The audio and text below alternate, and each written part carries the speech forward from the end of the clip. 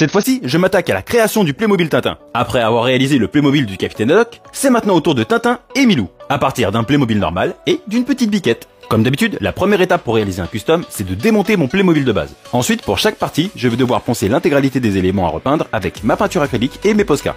Mais évidemment, il y a des parties qui vont demander un peu de modification. Et pour cela, je vais utiliser mon habituelle porcelaine froide. Ah, que ferais-je sans elle? Bah, moins de custom.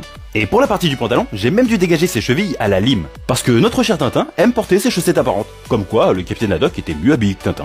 Mais j'ai choisi ses jambes davantage pour ses chaussures, car elle n'avait pas besoin d'autre chose qu'un petit coup de Posca. Pour sa mèche, j'ai choisi de la rigidifier avec un morceau de plastique pour éviter qu'elle ne se casse. Puis, je l'ai recouvert de ma porcelaine froide. Sans oublier de terminer par 2 petites incisions pour plus de fidélité.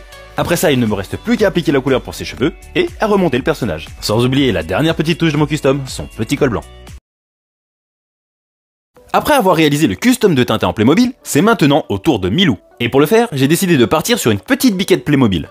Comme pour le custom de Tintin, l'ingrédient principal pour réaliser ce custom va être ma porcelaine froide que je vais venir ajouter petit à petit pour transformer totalement ma petite biquette. L'avantage de cette pâte, c'est qu'elle sèche à l'air, et donc je ne vais pas avoir besoin de la cuire pour la faire sécher. Ce qui n'aurait pas été possible avec de la pâte Fimo, et de plus aurait fait fondre mon Playmobil. Mais le plus gros problème que j'ai eu à régler pour réaliser ce custom a été de faire en sorte que ces oreilles si spéciales à Milou puissent tenir en restant les plus fines possibles sans qu'elles ne se cassent. Ensuite, le deuxième point auquel il a fallu que je trouve une solution, ce sont ses poils.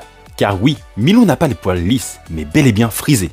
J'ai donc dû réfléchir à une solution pour conserver l'aspect plat des Playmobil et donc sans ajouter de volume, mais avec un rendu de poils frisés. Et contrairement à Bond, le chien de la famille du manga Spy Family, j'ai décidé de changer ma technique de peinture par du tapotage au lieu du lissage.